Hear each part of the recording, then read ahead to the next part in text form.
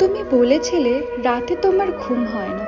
আমি বুঝেছিলাম সময় চাইছো।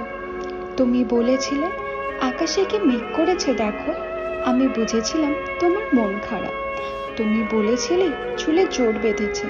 আমি বুঝেছিলাম তুমি স্পর্শ চাইছো। তুমি বলেছিলে আজ বিকেলে তুমি বারান্দায় থাকবে। আমি বুঝেছিলাম সাক্ষাৎ চাও।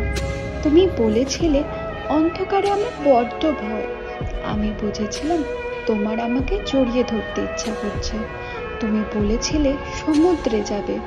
আমি বুঝেছিলাম পাশাপাশি হাত ধরে হাঁটতে চাইছো। তুমি বলেছিলে নীল রং প্রিয়। আমি বুঝেছিলাম তোমার কষ্ট হচ্ছে। তুমি বলেছিলে ঠোঁট ফেটেছে। আমি বুঝেছিলাম চুমু খেতে চাইছো।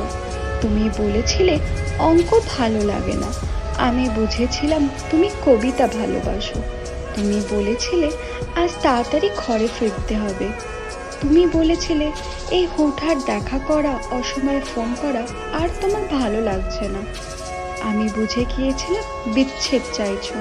তারপর অলিখিত স্বাক্ষরে তুমি যখন ইনভিজিবল কোর্টে আমার বিরুদ্ধে বিচ্ছেদের মামলা ঠুকে দিলে, আমি বুঝেছিলাম তুমি মুক্তি চাও। এরপর সব বুঝে যখন আমি দার্শনিক, সব মিটিয়ে তুমি যখন অন্য ঘরের ঘরণী, একদিন আমাদের দেখা হলো।